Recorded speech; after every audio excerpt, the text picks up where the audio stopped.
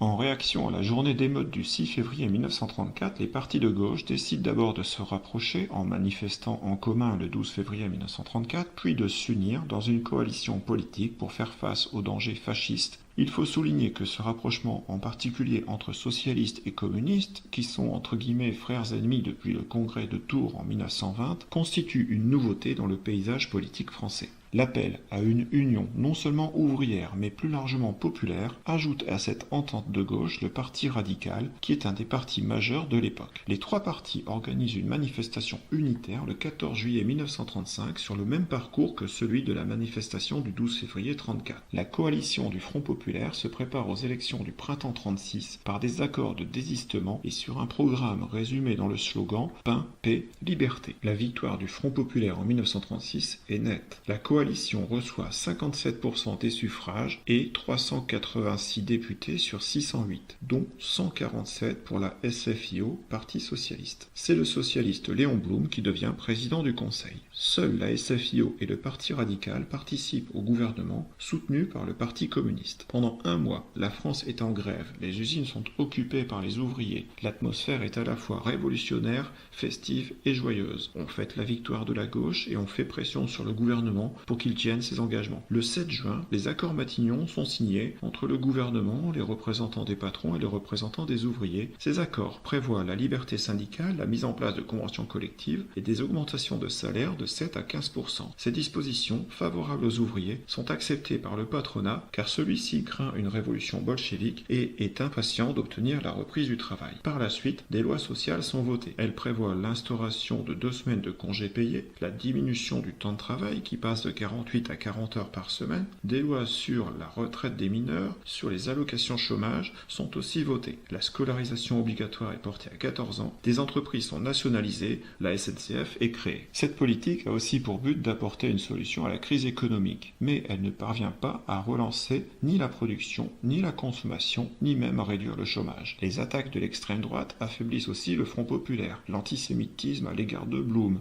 l'accusation de désertion pendant la Première Guerre mondiale à propos de Roger Salengro, ministre de l'Intérieur, qui se suicide, les accusations d'être des hommes de paille manipulés depuis Moscou, l'accusation par la droite de pousser la France à la paresse, s'ajoutent aux tensions nées dès juillet 1936 de la guerre d'Espagne. En effet, la SDN a décrété la non-intervention étrangère dans cette guerre civile, les radicaux veulent s'en tenir à cette position, les communistes exigent l'intervention, Blum se résigne à la non-intervention. Ce qui contribue à enlever le soutien communiste, le gouvernement de Léon Blum démissionne en avril 1938, c'est la fin du Front populaire.